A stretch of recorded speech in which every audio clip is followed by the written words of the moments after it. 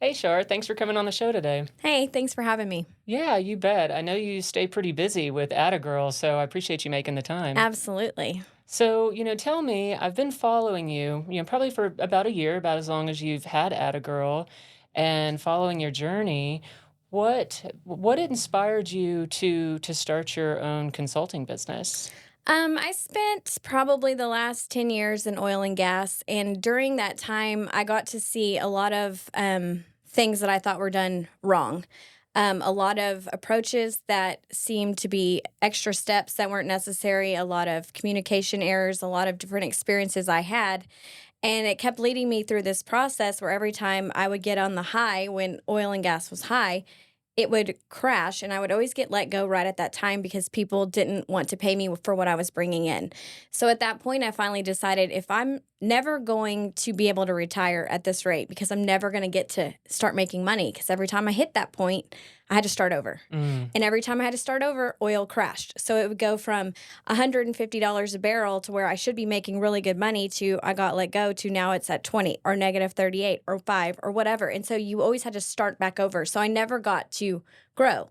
I always had to up, down, up, down, up, down. So the only way I could take my fate into my own hands was to bring it in house and do it this way. yeah, I agree because I had similar experiences, not quite with the sales side, but just with that boom and bust where, you're finally getting your momentum Hmm. and you're one of the first ones to get let go, or you're not making as much as you could have. And so it's almost like you're trying to make up for what you could have been making Yes. in a downturn and then, like you said, starting over. And it's really exhausting because, the industry is challenging. I mean, for everybody, businesses is always evolving, you're always learning, but when you're not controlling your own fate, then you're allowing other people to make those decisions for you. Absolutely. And in sales, it's all about your relationships. So what happens is you get your company in on your relationship, then you go away. Well, if you don't stay in the same niche, if you will, say I'm selling electrical and I have to move somewhere else because there's nothing else hiring at that point, that relationship that I took 2 or 3 years to build is now not being able to be utilized anymore because now I'm on construction Hmm. or now I'm on trucking or rentals or whatever it may be. So you can't ever get a consistency in sales. And so unless you can stay put, it's hard to develop that. But what happens is when you stay put, you become expensive. You over 20 years of building, you're getting paid a lot, but the company you're working for is making a lot. Hmm. But a lot of people don't realize that and it's hard for them to see that kind of parallel, if you will, because it's so expensive. Why am I paying you $2 million? Well, when I started, you were bringing in 2 million a year. Now you're bringing in 40 million a year. Who cares? What is 2 million when I've times 20 to your bottom line? It doesn't matter. Hmm. But people have a hard time seeing that relationship, that parallel versus just the expense of it. Right. Yeah, and I've noticed that too, that it's like it's again with that, I've talked to other guests that have been on the show about that short-term mentality where you're seeing it as that short-term expense and not a long-term investment. And Exactly. so you end up losing out, and well, they do too, They do too. because they're not looking at that long-term relationship. It's looking at what's costing you right now. So, and I'm sure anybody you ask, but I could ask you, if I was to ask you what were all of the kind of problems you hear about salespeople, what would you say? Any complaints you've ever heard? Well, I would definitely say, keeping a consistent job Hmm. is always number one. I mean, just in oil and gas in general. But I would also say, that one of the problems that salespeople face is like losing business because the the business will go to someone else, whether it's a relative or a friend or some kind of deal that's made that doesn't have anything to do with the qualifications of their company or what they're capable of doing, Hmm. and that it's not always about your merit. It's not always about what you offer, because at the end of the day it's going to be about who you know and who's going to benefit you more. And so a salesperson may miss out on an opportunity because they're not that individual. They don't have that personal relationship. They may be able to offer, a better service or a better Mhm. product, but they're gonna lose the business. And it does happen because sales is relationships. It's all about trust. It's all about your who you know. But at the same point in time, is a lot of in every interview I have by a service company, I get the same complaints. Well, my last salesperson didn't know anything. They didn't. All they wanted to do was go golfing or playing around. They only brought their friend. There's all these same consistent complaints that you hear. But it's not necessarily that person's fault. It's how this industry sets people up to succeed or to fail. There is no training in this industry. You get hired by a company, they don't train you. There's no application theory. There's no this is what you have, this is how it fits into this business. It's go. And It I is very much, it's yes. hit the ground running, get me sales in 2 or 3 weeks or I'm done with you. That's not an investment. That's similar to a per se a one night stand. There's no investment in that relationship. If you want a long-term relationship, a wife, you invest in it. You take your time, you get to know that person. You put all of that energy into your investment, but you don't bail on them. You don't bail on them once you put that time and that money into them because now they have an understanding, not just a memorization. They actually get it. They understand what they have, how it applies, and how they can start strategizing on your behalf. That there's such a quick process in sales that nobody pays attention to. Outside sales, inside sales, business development, account management, marketing, all different positions. Those are not the same job. Everybody thinks they're the same. That's 5 positions that people in any other industry would pay somebody a different rate for each one. It's not the same thing. If I sit on LinkedIn all day long and market, that's marketing. That takes me all day sometimes. If I'm doing inside sales, I am calling and negotiating price deals for parts or whatever it may be. That's a different job. Outside sales is going out, knocking on the doors, meeting people, building that initial relationship. Account management is I have sales, now I have to stay on top of it, follow up Mhm. over and over and over.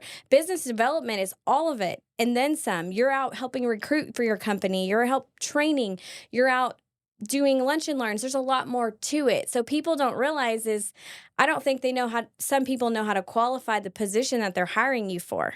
They just expect the world without giving you the tools that you need for whatever position it is that you're actually being asked to do because each one takes time. And time isn't instant. You can't can't recreate time. It's if I have 8 hours a day, what do you want me to do? Do you need new relationships? Do you need me to manage your accounts you have? Do you need me to get your name out there? What is it you want me to do? Because I need to be held accountable to that specific position and paid accordingly.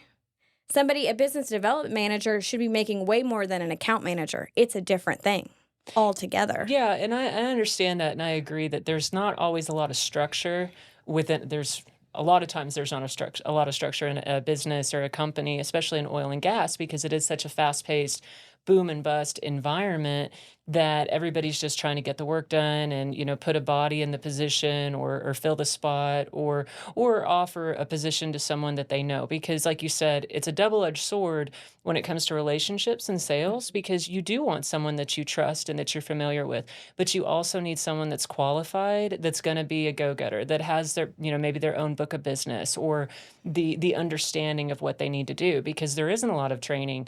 I mean, from when I worked in the field to when I started to really get more into the marketing and the business development side with things that I've done in the last few years, you realize that there's no communication. Mm-mm. I mean, everybody's just kind of running around, and a lot of people, like, they're savvy enough to figure it out. And that's where you're going to be successful, especially if you're working for someone or you're working for a company that's setting you up for success, Yep. because I agree, you could definitely be set up for success or failure depending on where you're finding yourself. Yep. And the position that you're in, it can be very fruitful and long term, or it could be a dead end from day one, and you may not realize it in the beginning. And like you said, 10 years, you figure it out, like, you're not going to get anywhere this way.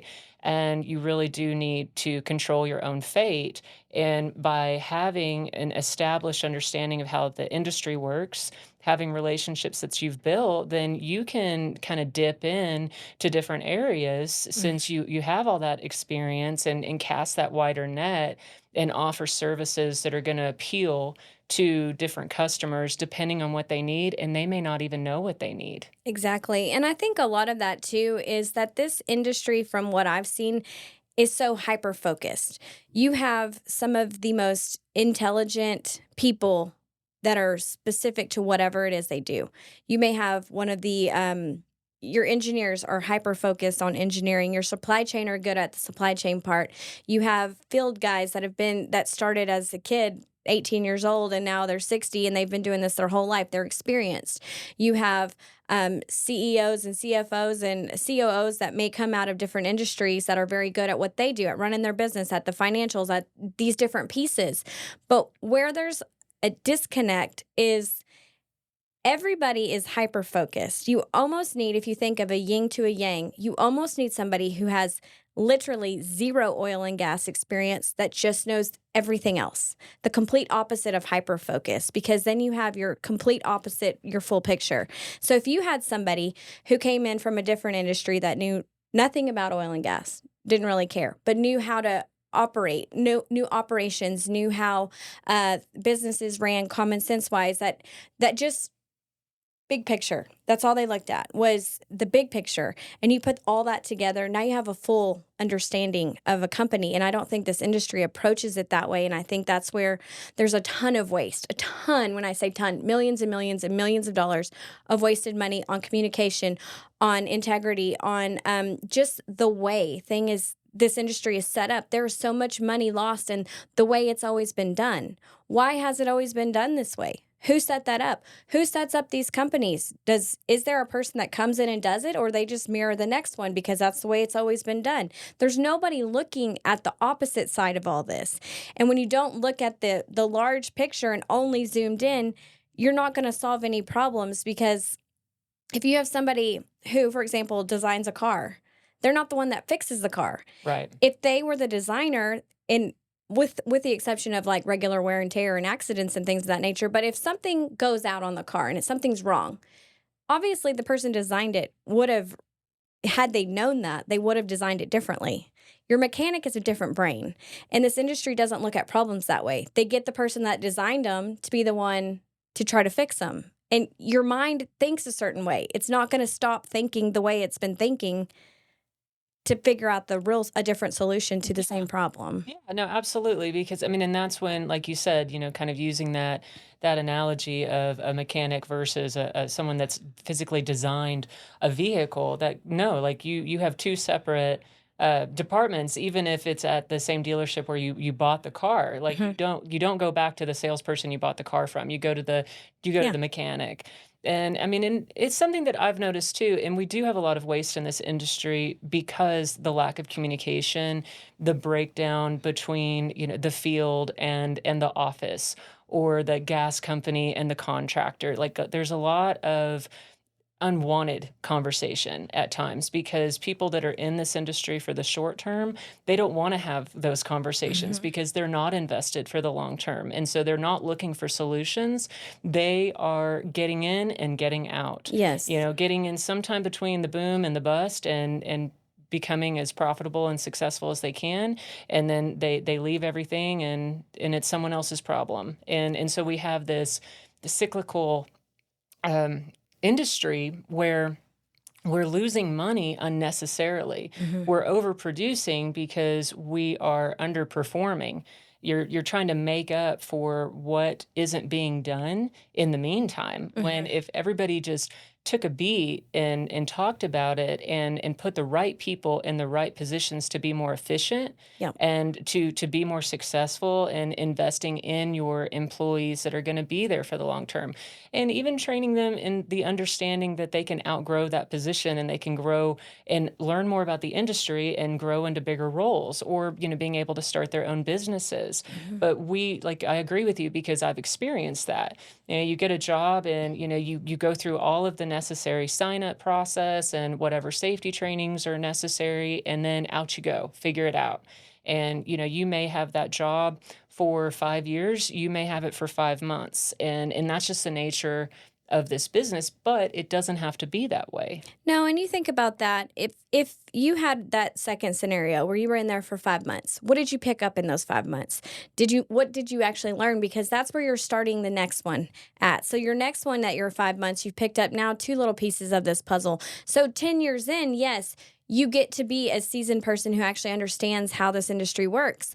But when you are that person, if you are not planted at a company where you know for sure that you're not going to leave, you're protecting your relationships, because why would you open the door to start over again?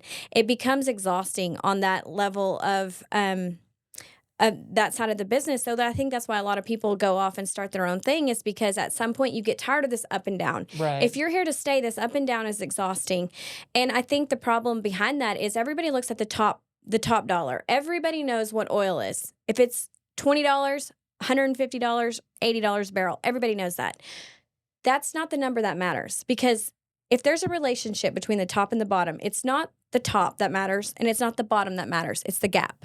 The gap is what's key, and nobody looks at that, because it doesn't matter if it's $50 a barrel. When it's 150, all you should do is multiply the bottom by 3. It's a relationship. When you keep that gap steady, that law of averages, that market rate, then we don't have this up and down in the industry. You can stabilize it, but nobody's looking at the bottom. It's all about the top. And the top is why prices, when it goes up, everybody jacks up their prices. The service providers jack them up when it's high. When it goes down, it squeeze the contractors to death to where half of them go out of business. That's not the way to do business. We're the only industry that does that, and it's insane that we do it this way. Real estate goes up and down, doesn't happen like that. Every industry is the same. And there's little things too, like you think of the medical industry. Think about a doctor. They go through all this education, then they go out. They have to be an intern with doctors before they are on their own. We don't do that. It's get out of school, you're in charge, go. Yeah, and I think that, again, with the double-edged sword, because, for some, you can graduate high school and learn a trade and master that trade in the field and go on and learn more. And then, like, say you've, been on a drilling rig for 5 years. Now you know the ins and outs of working on a drilling rig, and maybe you learn during that time that you want to have your own business, and so you develop those skills as you Mhm. go along. But the problem is we don't train an 18-year-old to say, "Hey, let's look at day 1 and your future." It's you're going to get a check next Friday. Mhm. And then these young individuals are getting all of this money and, going and blowing it Yeah. or wasting it or, living that feast and famine lifestyle. Yeah. And I mean, if you've been in oil and gas long enough and you've worked in the field, like I come, from a blue collar background, you definitely have experienced the chickens today and feathers tomorrow. And you think that you're always going to be living with these amazing paychecks, and you're not. No. And so you come to the end of that, you come into a boom, or you go to the end of a boom, you come into a bust, and suddenly those checks are gone. You have no other skill sets and you don't know what to do. Like you're just trying to get to the next job, or you're trying to, find something else. Like, well, you know how to turn wrenches, or, you know how to work 100 hours a week. Like you're obviously a worker, Yeah. but you don't know how to work for yourself. And so then we have all of these young, impressionable minds. They're at the mercy of these companies that are mismanaged. And so it's absolute chaos. It's madness, and it's completely unnecessary, because if we took a step back and managed it a little bit better and were, more educating to people that do come into this industry, offering positions to those that have the experience, that have that merit. But to find a company that's investing in their employees where you're going to thrive, it is very difficult to get in the door. And especially like you said, after you've been in it as many years as you have, like you don't want to waste your time at another company, because I've certainly felt that before. I'm like, I'm Mhm. not doing this again. Like I know, like I have worked so hard for companies and, done, I mean, probably worked 6 or 7 positions in one, and they just lay you off when the job's done. It does not matter how good you are. It doesn't matter. Like, and I've known a ton of rig welders Mhm. that this is very much the case. Like they come out, they're the best. They're the best in the industry. They don't bust an X-ray. They can work a main line. They can fab. They can do anything you want. But the second that last weld is done, they are laid off, Mhm. and then they got to go down the road and find the next one. And so like you can look at every part of our industry, and you get those similar stories, and that lifestyle where you've got to ride the waves of it. And that's understandable to agree. Like that's going to happen, but the mismanagement and the waste is what we can control and what we can change. And you're exactly right. And you get that whole up and down boom or bust. It's a burnout. You burn people out. You burn the ones that are the quality, hardworking, integrity type of people. You burn them out, and they leave our industry and don't come back. Yes. And then we are in these situations like we are now where we need good help. You can't find good help. Well, whose fault is that? Right. We did it to ourselves because we waste money that we could take that's just wasted. It's not invested, it's not used, it's literally wasted. Markup, markup, markup. Why are we marking up everything? There's no need to do it. Plan it better, organize it better. Don't mark up everything. Take that money that you wasted on markup. Maybe it's $2 million you wasted that year. Put it in another drilling rig. Now we're not stacking rigs, we're growing. We're utilizing our wasted money on things that we could actually keep people out here. We don't have to lay people off every 5 seconds. It's not necessary. If we redid how we structure our business and how we manage things and waste, there's waste everywhere. And a lot of it's tied to communication.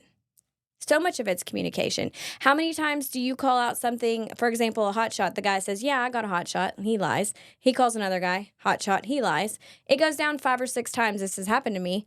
That's 6 markups. Well, guess what happens when the driver gets lost? Who's he calling? The guy that called him. Do you think that guy cares? No, because it's only a markup. Well, he doesn't really care. Mm-hmm. So guess what? Now you have an entire facility out there with a crane, with 20 crews out there working, setting all this stuff, waiting on a piece of equipment that's not ever going to come because communication. Yes. Because had someone said, I don't have one, I don't have one, I don't have one, I don't have one, he's got one, you have a direct line of communication. Now something that's been marked up 6 times, done twice because he came and went, then it's contracted into the oil company by the general contractor to mark it up 15%, it's cost plus.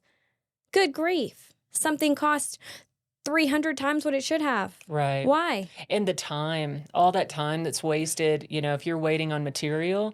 And I mean, and I've had that experience where you have someone in charge of ordering material, and they're not necessarily qualified to do that. And they order a lot of the wrong thing, and then it sits on location. Mm-hmm. And it's gotten to the point where a lot of these gas companies, especially, like they'll have yards of wasted material, or like their surplus or leftover, which is great, to have somewhere like where you could go and if you need something in a hurry. But it's not because it's leftover or it just didn't end up being needed. It was ordered wrong in the first place. And so now we're accommodating that. Now we're saying, "Oh, don't worry about it. Like just order whatever. Don't even look at the ISO. Don't even look at the bill of material. Just order it." Yeah. And then you have these, So they don't fit together. and everything, it doesn't fit. And I mean, it's a lot of just like, I mean, the wrong sizing, or the just the wrong material in general. And these projects that get done, and you go in and you see how much wasted material is left. We don't need that. We can do better than that, and we should. And I think that if there were more people that were put in those positions or offered those services to where it's like, take control of what you know how to do best, where you're not in the operation, you're not in the engineering, you're not in the actual build and trying to construct the facility, or work on these locations, these pipelines, that you have someone that's just taking a look at what needs to be done, helping with the management side, or saving money, saving time. And so that's a lot of what you're doing with your consulting business. Yeah, and I think a lot of that comes from training. I mean, you're not just going to know this stuff. You have to have experience to know what certain things work together, what doesn't work together. If you just put somebody who's fresh out of school into this position, or fresh off the street that doesn't know anything about oil and gas or piping or valves and fittings or whatever it may be, they're not going to notice. They're going to send out something for bid, get all these different numbers back, and they usually just look at the bottom number. Oh, well, this one was $1 million, this one was 900,000. But like you said, they might be bidding on something that's not even what it's supposed to be. Mm-hmm. And really, it comes in at 1.5. but you don't have the right piece. Not to mention you Yeah. buy something twice because you bought the wrong one because you looked at the bottom number and you're not checking it. Now, I've come across some fantastic people, construction foremen and things that have it down to the line item, and Oh, they go yeah, and that's they awesome. check them. If something's off, they'll look at the bottom, but then they go in and check, and they have a system, and it's like these are not even close. Something's wrong. Yeah. Double check. I wanna work for that company. Yeah, I know. It's rare. You don't see it a It lot, it but is, because I loved when I was a QC and I did procurement and I would check in material, like, I was very good about matching everything, and I would come up with discrepancies, and it's like in my mind I'm saving you money, I'm mhm. saving you time, but in their minds I'm proving that they're wrong, or they don't want to bring that to anyone else's attention because that could put their job in jeopardy. I mean, whether it would or not, I don't know, but that's not the point. We Yeah. want to make sure that we're staying ahead of the game, but when you have job insecurity, or you feel like somebody is going to outperform you, or your flaws are coming into light, like all of Mhm. these things you're able to hide because you're not reporting it back to anyone. It can kind of get buried in paperwork, or just not, like, people in the office, they might not be as aware of what's going on in the Right. field. It's very easy to say, oh, just don't worry about it, stack that pallet over there. And how much money was that? Well, how much did you pay in trucking to get And then something out there that yeah. you didn't even need Well, and then there and that, back? and when you look at big picture in our industry, look at the waste that's putting just on the highway alone. That Absolutely. we're short on CDL drivers. Like, okay, like maybe so, like maybe we do need better CDL drivers, but when we're putting trucks on the road with the wrong material, like, we could not put those trucks on the road, and then those drivers are going to be delivering to locations where the material was ordered correctly. Well, hey, that's a little bit of waste that we just saved ourselves. It's a lot of waste. That's a lot of waste. Expensive. Trucking is expensive. That's one example in the traffic, and then you look at Safety. accidents, Yep. safety. We're putting people in harm's way, like the traffic that gets backed up on I-20. Well, that truck never needed to be on the road in the first place. How many trucks are on the road that are like that? Yeah. That or they're going, or they don't know what they're doing. They got the wrong marching orders and they're going to the wrong location with the wrong material. And I mean, we're just like we're wasting a lot of our time, and nobody's wanting to take a step back and say, let's do it different. And I shouldn't say nobody, because there are the companies that are doing it right, but they're also not always the ones that get the work, because companies that have no integrity and have no intention of being long term, they're going to underbid, change order the hell out of you, and get in and get out on these projects. And then the good guys are left saying, is it even worth it to be here? Well, you're competing with that. How can you compete with somebody fairly and they knowingly are undercutting you? If you're not looking at the full picture, not doing due diligence on vetting these people, how do you know? So And you don't. usually don't know until after the fact. And then by the time you've learned your lesson, we're going into another bust. It doesn't matter anyway. You're going to have to do something completely different. Or people don't want to get, like you said earlier, don't want to get spotlighted for making a mistake. So then they for sure get rid of both of them and start over. Yeah. And so it's like, it's okay to make mistakes, but the problem is this industry is so like cutthroat. I mean, if you make a mistake, you're fired. You're gone. There's no let's talk about it. Let's fix it. Let's get better. Let's do it differently next time. It's you're fired or Yeah. you're run off. And it's Absolutely. insane. It's It the is turnover insane. is so crazy. It is. And, I mean, people are disposable in this industry, and it takes talent, it takes skill to do a lot of this work. And so there's a lot of layers, and in the communication between every step of hiring the right person, training them and teaching them, letting them build their skills, making sure that everybody is doing good work, that when you're turning in a bid, these are real numbers. You're not Mhm. just trying to get it,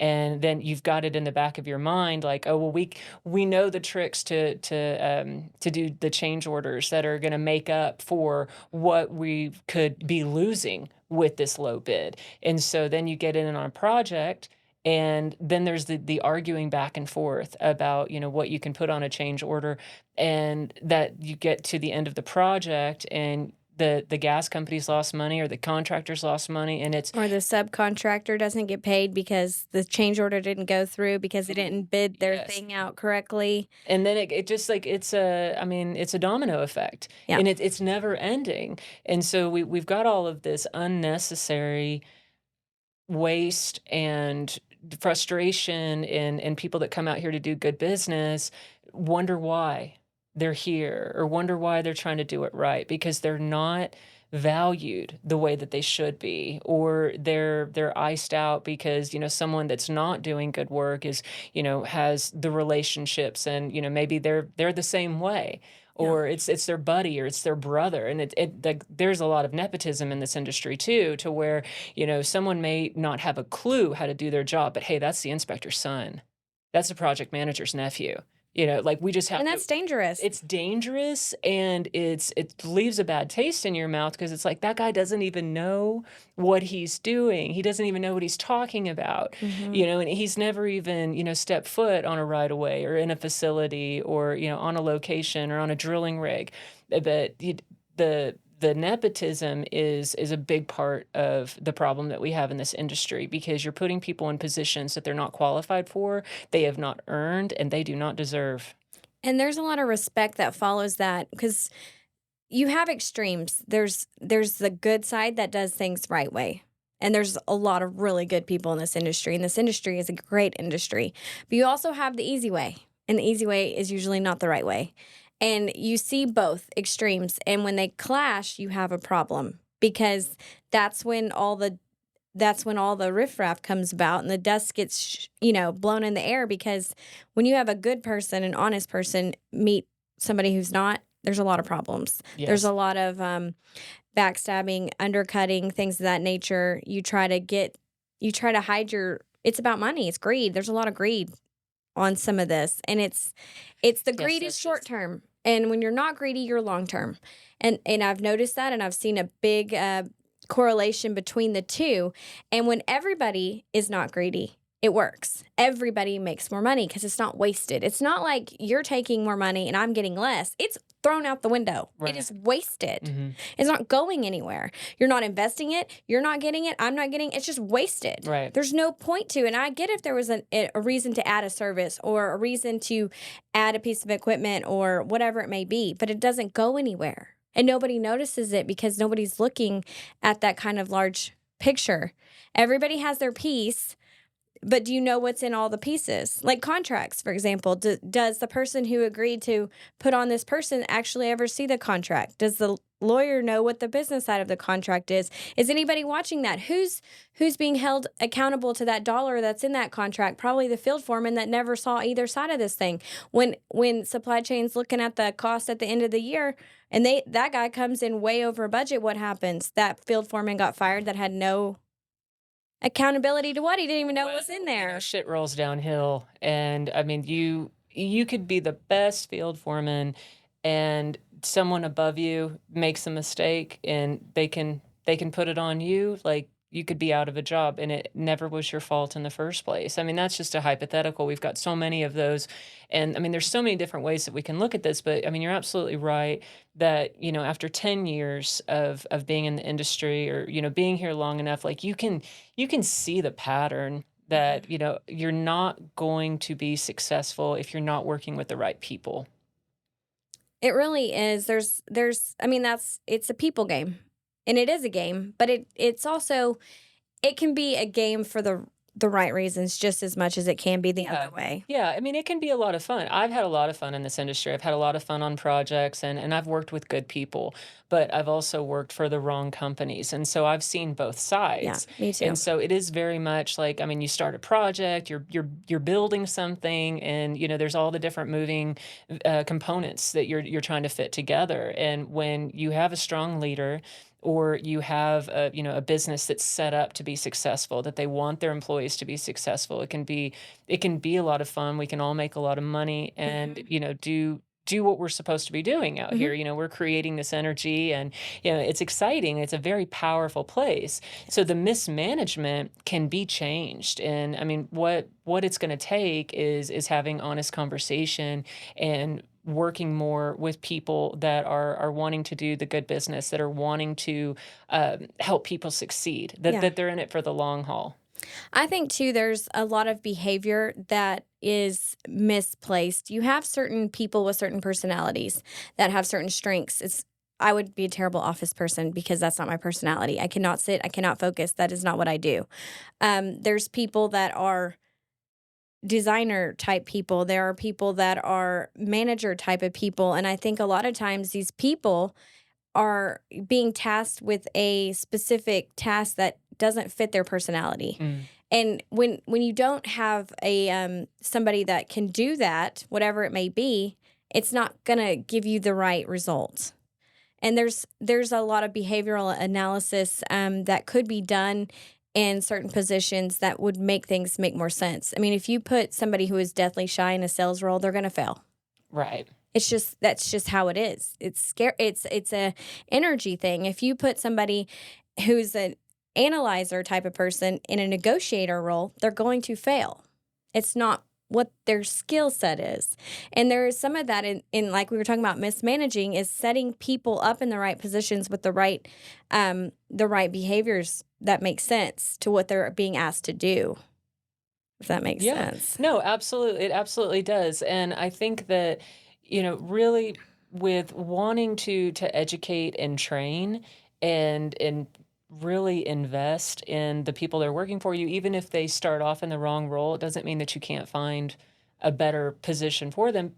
And for me, I would say like, I mean, I started off in the field. I Mhm. was an equipment operator, and that was just something that I had learned how to do, and I was able to get a job and get my foot in the door. Yeah. But was that long term? I mean, there are many skilled equipment operators that I've worked with that I'm just in awe of what they can do, and I'm like, I know I won't ever be able to do that. Yeah. And like I knew my limits, and I also knew like, hey, I really enjoy this. I mean, I would still enjoy it. I mean, I still think that I could do that if I wanted to, Yeah. or if I found a good project. But is that right for me? Is that where I'm really going to excel the Is most? that your Probably not. strength? Yeah, it's putting Exactly. your strongest person in the strongest role. It's just like if you're on a basketball team and you're the three-point shooter, you don't necessarily need to be the one bringing down the ball because you're going to be more valuable wherever they can pull your defense off, and Right, and you're gonna be able you'll to be to get set up. most successful in the best position for you. And I think there's a lot of that where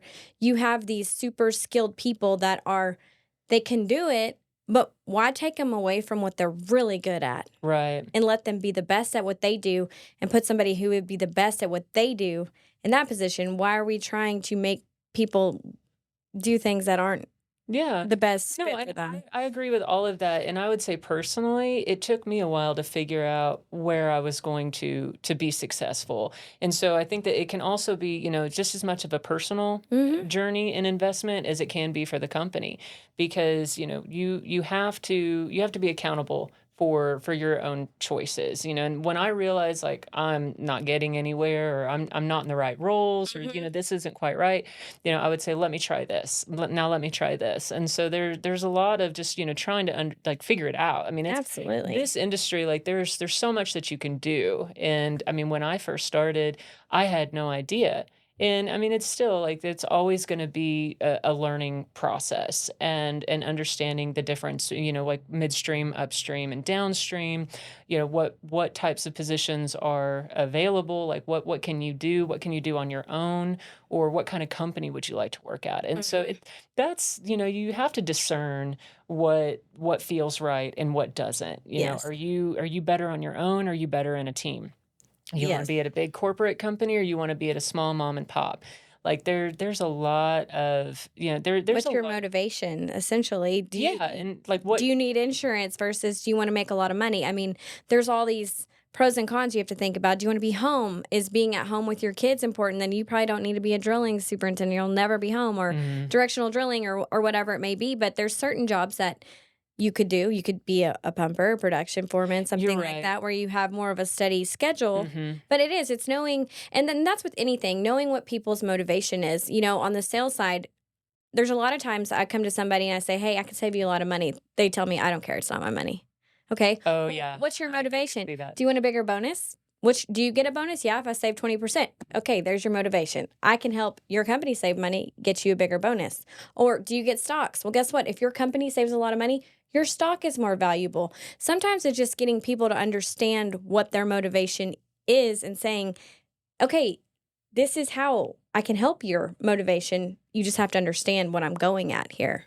Because it's all about money. It's business. Well, yeah, absolutely. I mean, everybody's got to make a paycheck, but you're right. Like as far as like, do you want to be home more? Do you do you want to work in the field? Do you want to work in the office? Or are you trying to own your own business? Like, what is your motivation? What what's going to inspire you to go in a certain direction, or to, like you said, it's like, getting someone to listen to you that realizes that they're going to benefit from your services. But you do, as I mean, someone with a sales background, like you do have to have those conversations and find out what their motivation is, what their struggle is, like what problem do they have that you can solve. Listening is key to everything. It's what got me here. I've been in tons of situations over the last 10 years, 20 years before oil and gas, and it's all about listening. And it became a point at some point where I took all these things that I had heard, all these complaints, all these problems, everything that everybody could possibly gripe about, and I put it together and I thought, I can take all of this, turn it upside down, and solve all these problems. Now, the key is getting somebody to listen. Like, let's Right. just, I've heard things about monopoly, this or that or whatever. This is not a monopoly. This is not just me. Everybody can be a part of this, but you have to have integrity. You cannot be greedy. It's the vortex. It keeps everybody accountable. But the trick is it's changing the wasted way things have always been done, because there's no reason to have that. There's no need for it. Why has it always been done this way? Who's the person that created this way that we always talk about? Why have we not tried to change it up to this point? Well, I think part of that is just human nature, that a lot of people don't like change. Yes. And that even if you know you're doing it wrong, or maybe there's a better way, there's always growing pains and setbacks and discomforts, even for the better. And so you can say, like, I would like for things to be different, but to go through that process of change, you don't know if it's going to be worth it. And it can be scary. It takes a long time. And it can take a while. And so to get someone to listen to you and to understand what it is you're trying to do. And so with Atta Gurl, you've really got a wide net that you've cast, because you're looking at what the problem is, knowing that you either have a solution or you can find that solution. And with going into different parts of the industry, that can vary from client to client. It's kind of funny if you think about the human body and you think of how your body works. When you get sick, you go to a doctor, right? You go to the general doctor. Oh, you're having a headache. He sends you to the neuro guy. Maybe the neuro guy does all these tests and he says, well, it's not that. I don't know what it is.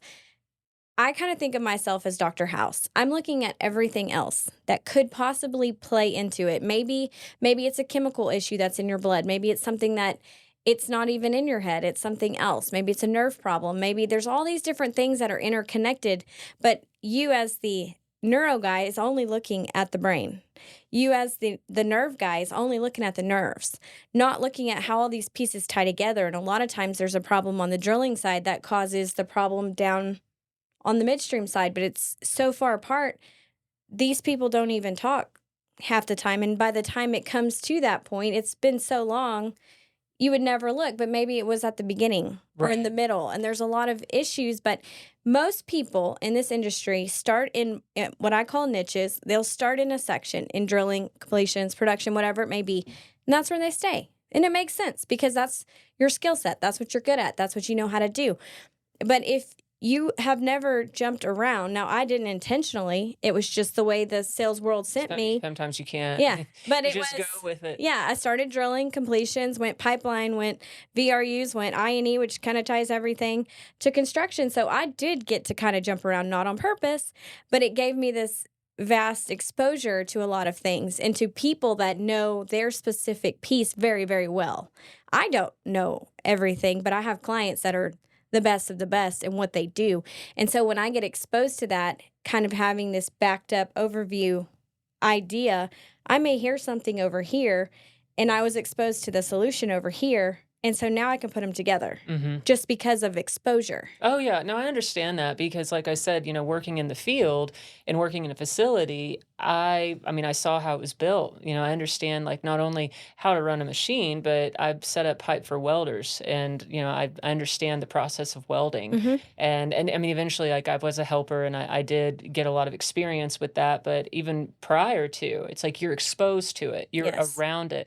I know how to order material because I had seen it done. Like I was a part of that process, or I've been around designers. Hmm. I know how AutoCAD works. I know Hmm. how the software functions, and I know the process in the office as far as invoicing and payroll. I never did that specifically, but I was exposed Yeah. to it, and I would help out when things were slow when I was doing documentation. And so you take all those different pieces, you take those life experiences, and then Starts it to make gives you sense. that knowledge. So when you hear someone that has a problem, you're already somewhat privy to the solution because you've been around it Hmm. at a different time. And you may not have, the resources right away, but that's kind of You the know where to go for it. you know where to go for it. And so that's where you've got a lot of opportunity when you're a consultant and when you're on your own, because you have the ability, and you can make that decision to get those resources Yeah. to solve the problem. But when you are working for a company, your hands are tied. It's like, well, you can see this, the solution, you could fix the problem, but that problem could cost someone else their job Right. because they're not doing their job right. And if that person is the project manager's son, you're just going to have to deal with that problem the whole time you're on that project, because everybody has to work around that individual.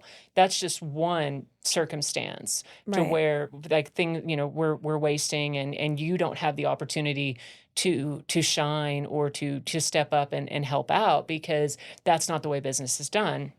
So you now, as a consultant, you can talk to these clients and Hmm. and offer the solutions. And if you can get them to listen to you and help them understand how much money you can not only save them but potentially make them, Yeah. then that's where you can step in and offer all of that knowledge from the experience that you've had. Yeah, and it's exposure to lots of things. So I call that dancing with ground zero because you waste all this money that you waste, right? But it's also how much did you could have invested. You add it together, it's a big number going both ways. And there's a lot of things just in simplicity of anything, you get exposed to the way an engineer thinks, you get exposed to how supply chain works, you get exposed to how it's run in the field. I was with a Conoco, a supply chain guy one day, and I said, this is how I explain it, tell me if I'm wrong, I've never done supply chain, this is just my take on it. And I said, how I kind of explain things to my team is, think of it as you're building a house, right? You have your general contractor. To me, that's all your field foremans. They're in charge of making sure the house is built, but it's to spec of the designer and to cost of the supply chain, essentially. And I always joke, the wife, the husband, right? She designed it, she's shopping for it. You better make sure it's to her liking. And he started laughing and he said, yeah, that's exactly pretty much how it works. So there's a lot of parallels in life that we all see, that we all know, but it's a process. Everything in life has a mirror effect, a spiral, if you will. Everything's got a certain proportion and a relativity to each other. And it's being able to look at a process and see other things that you have different experience from that you can pull and say, okay, it's like taking a test. If you know how to take a test, it doesn't matter what you're studying because the test is the test. If you can figure out, if I know that these questions are going to ask this kind of thing, these are always going to be wrong, this is a maybe, and I just know definitions and I know how to approach that test, I'm going to be able to do that with whatever subject it is because a test is a test. Hmm. It's a methodology. Right. And there's people who say like, I'm just not a test taker. Yeah. And They that's haven't why. figured out how to do the process Right. to whatever it is. And I think that's a lot of this industry. There's this kind of underlying process, it's the way it's been done. It's the test. And when you can figure out the process, everything else makes sense. I can teach to that process because I've figured it out.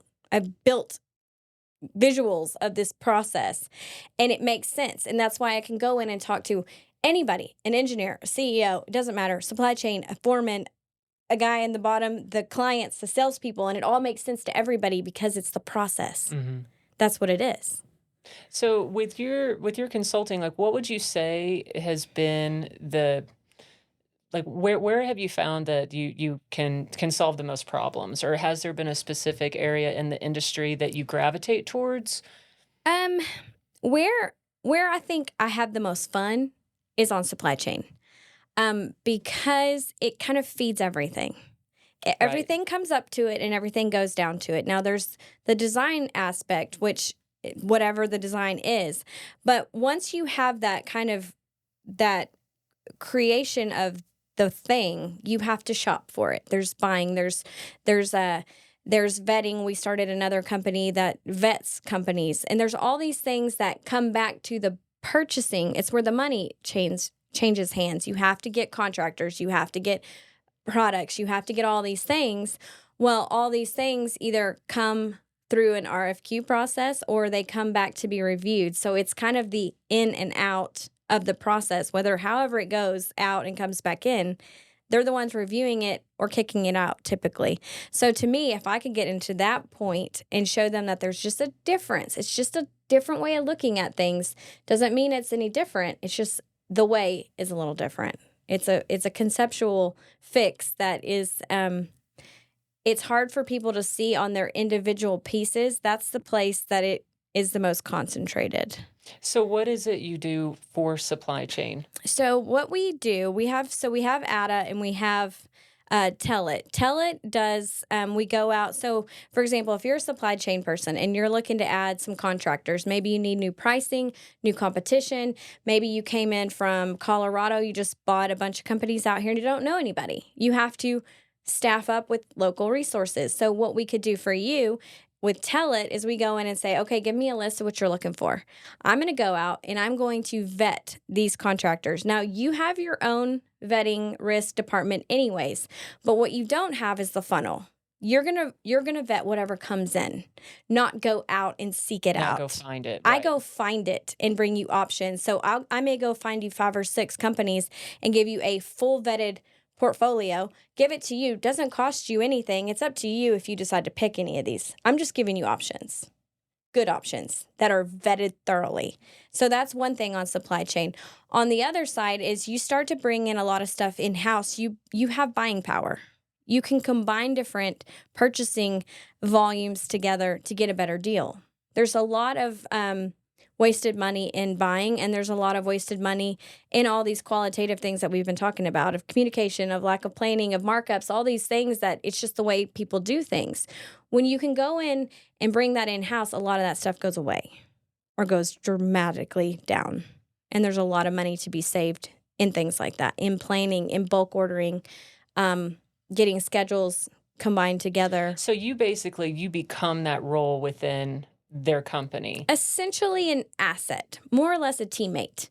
It's not so much I'm not taking your job. No, but you're filling that position. I'm just the outside one, kind of scooping it. It's a funnel. You're the funnel to the outside world to make it a better choice for you. So there's not, I mean, kind of like going back to what you said about someone coming in from Colorado that doesn't know anyone. Well, you're saving them a lot of time and energy because you already kind of know where to look, Mhm. and you can be that resource. I know people out here, but what we do is I'm in front of tons of oil and gas companies, and every single meeting I have, I ask them, "Give me your top 3 contractors. Who are they?"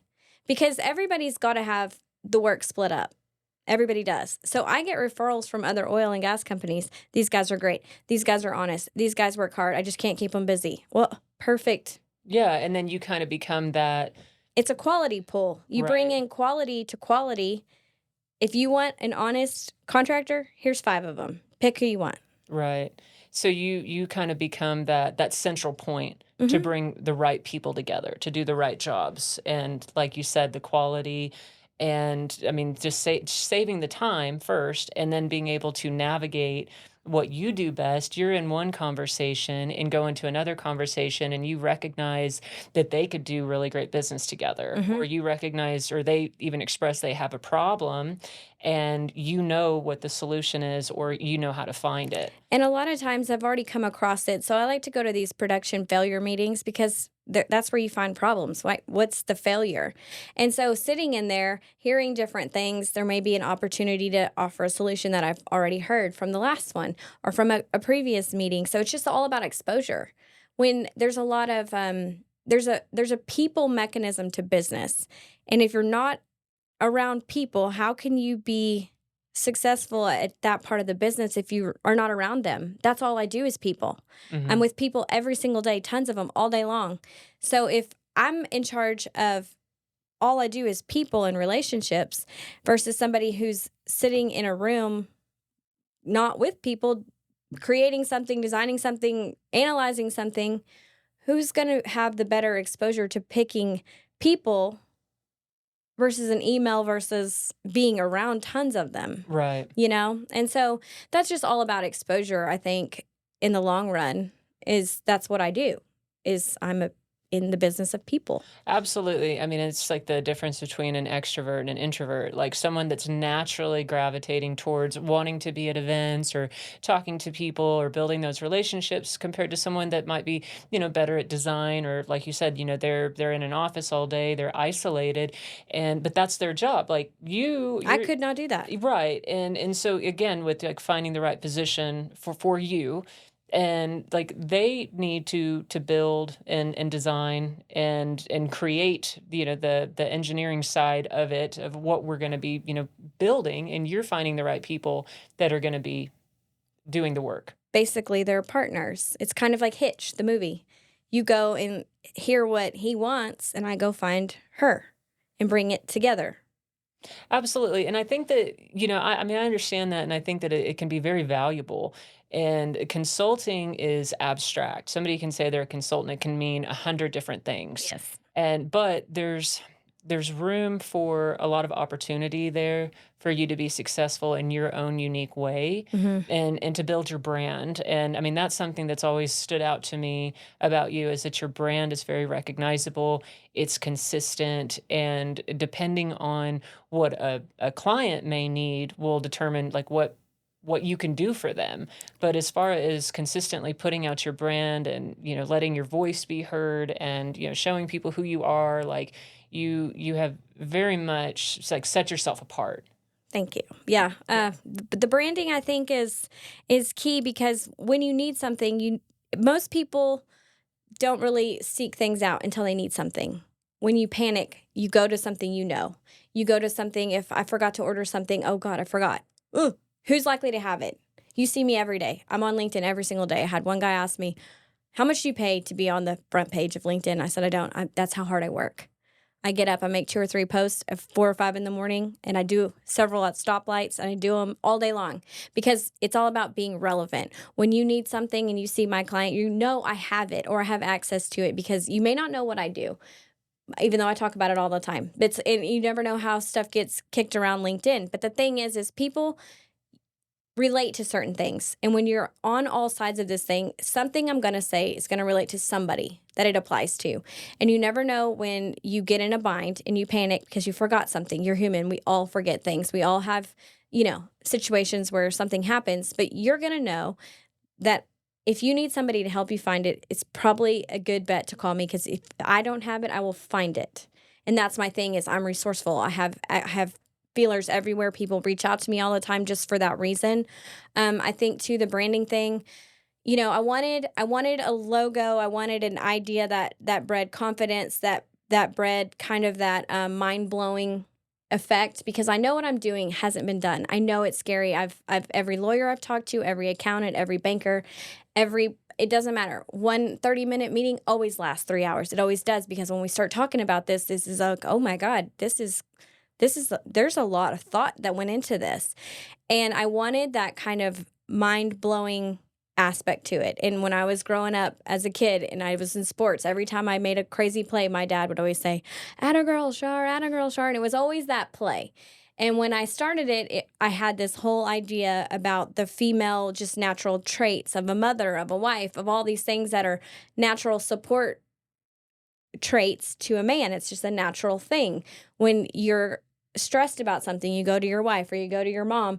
When you need stuff to be followed up, details, all these things that women are naturally good at. That was kind of my idea was to have those female traits on the sales side because it's a natural fit. There's that natural relationship there. And so I wanted something that tied the female to the wow factor.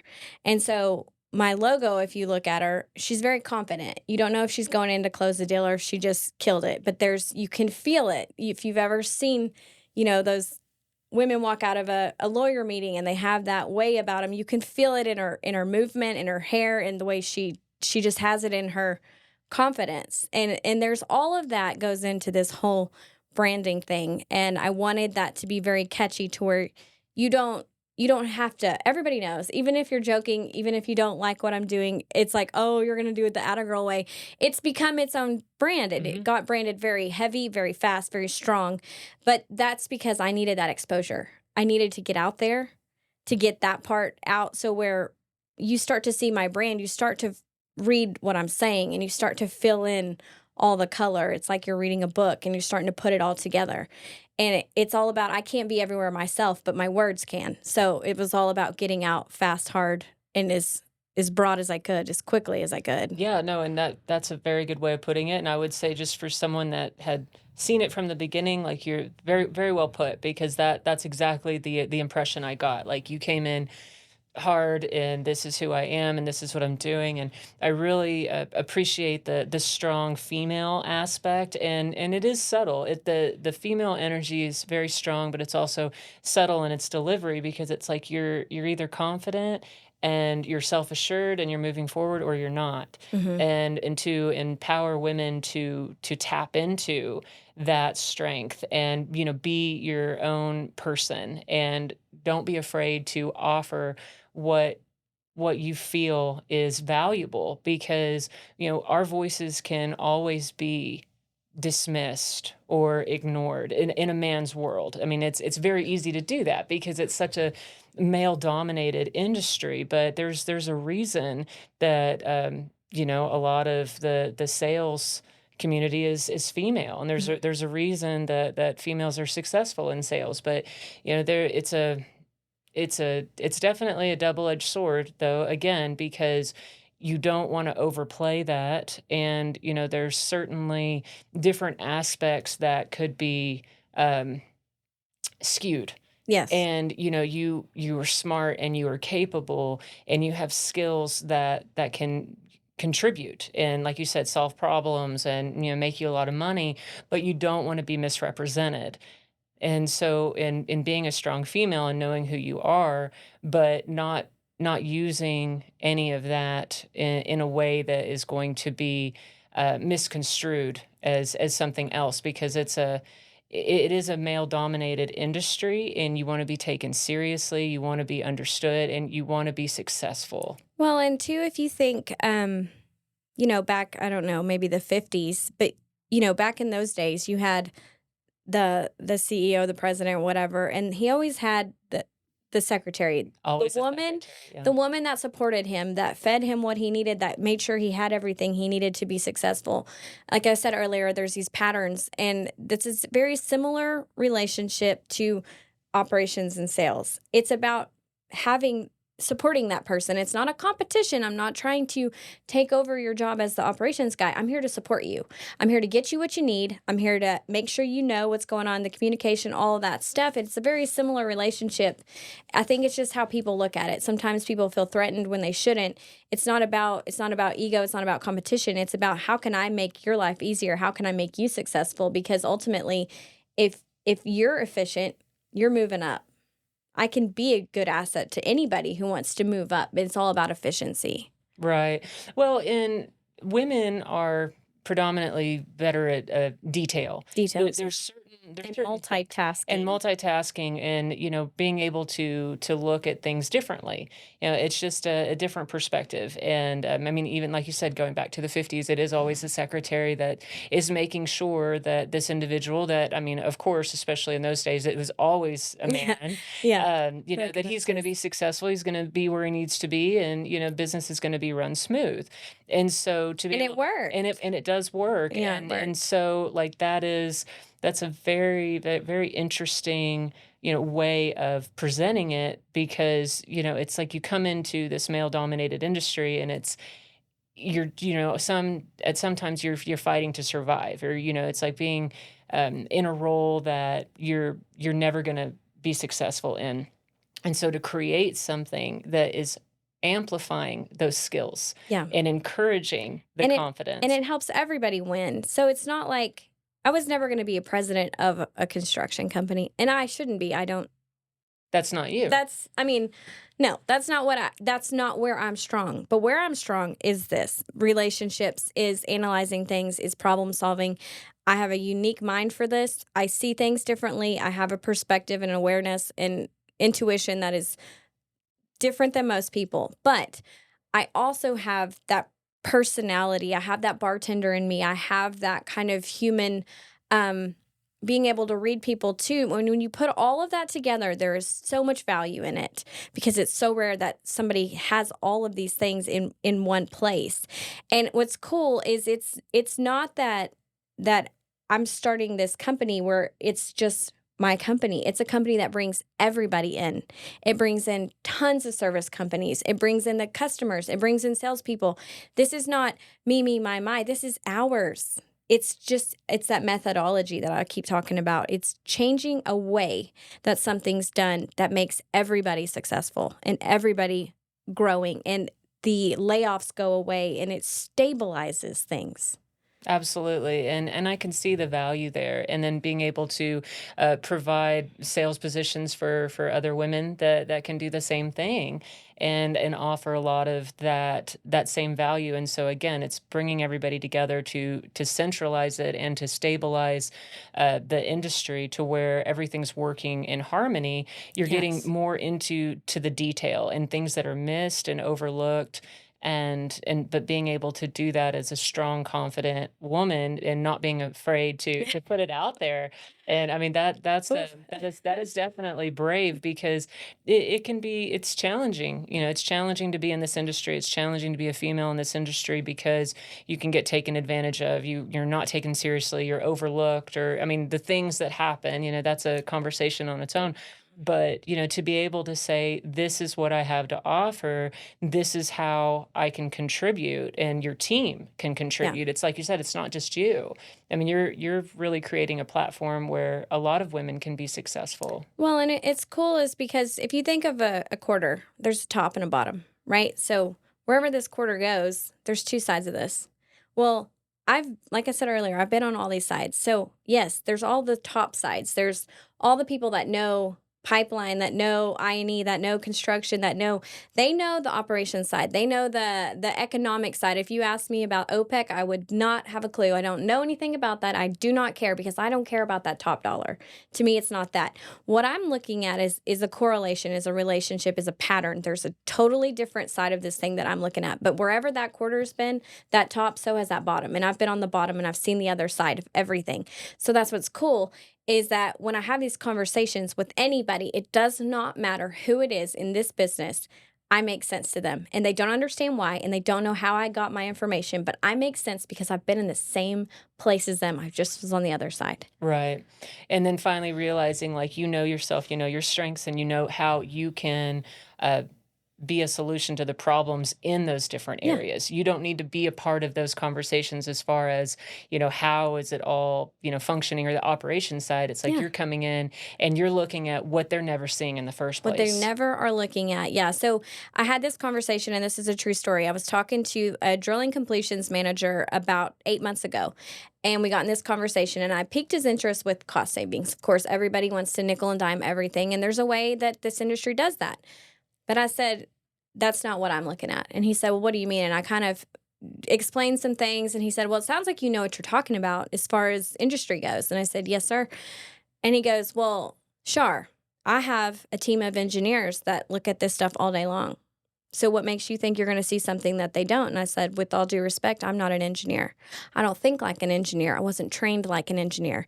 I'm going to see something completely different than these engineers have. So when you have one or two or five or six looking at the same problem, a lot of times they come even from the same schools. You get all the Texas Tech ones or all the A&M ones. You have a somebody training people to think a certain way on a certain subject. So to keep adding more of the same thought process, the same brain, the same outlook on something, you're not going to get a different answer. Right. I'm going to see something that they won't see. And I always tell people, draw a circle of dots and connect it. And everybody draws a circle. You don't have to do it that way. What if your problem is outside, your solution's outside of that, and you just do it differently? There's a way your brain is trained to connect things as quick as possible. It's just as fast as you can figure it out. That's what your brain does. When you turn something upside down, it stops that quick connectivity of your brain, and you actually have to see something. Try to do a crossword puzzle upside down. You will find the words so much faster because you're stopping that zoom of your brain. It's an interesting mechanism, I guess. Yeah, no, I understand. And I think that, just being able to offer a different perspective. And like you said, you don't think like an engineer because you're not an Mm-mm. engineer.